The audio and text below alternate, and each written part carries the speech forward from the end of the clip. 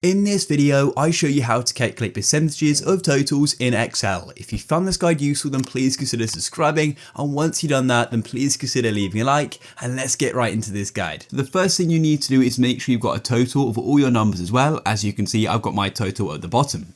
Then what we need to do is go to the first cell at which you want to go and create the percentage of. So because I've got months here, I'm going to start with January, but you can start with whatever you want. And actually first, I just want to go and title this column here. So I'll just name this percentages. I'll type it in like that. So once you've got it named it, then all you need to do is go and click into the first cell like so. And what you need to do is type equals. And then all you need to do is put in the name of the cell which you want to go and calculate the percentage of. So in this case, it's C2 for me. So I'll type in C2. Then what you want to do is go and divide it by, and we need to go and put in where our total is. So in this case, it's in C15 for me. So after you put that divide line, then go and type in the $sign and put in C, and then put dollar again and type in 15, okay? Because that is the position of where my total is.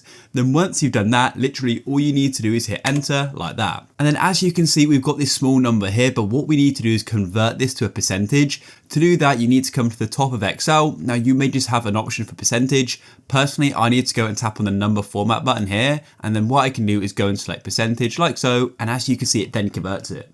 And then what we need to do is go and make the percentages appear next to all the other cells. And to do that, it's really easy. All you need to do is go and look for the little square in the bottom right of the cell, then hover there to get this cross, and then you can hold down and drag just like so. And we've now done from January to December. I'll then let go, and just like that, it's going to automatically fill it all in for you. And that's it, guys. If you found this useful, please consider leaving a like. Peace.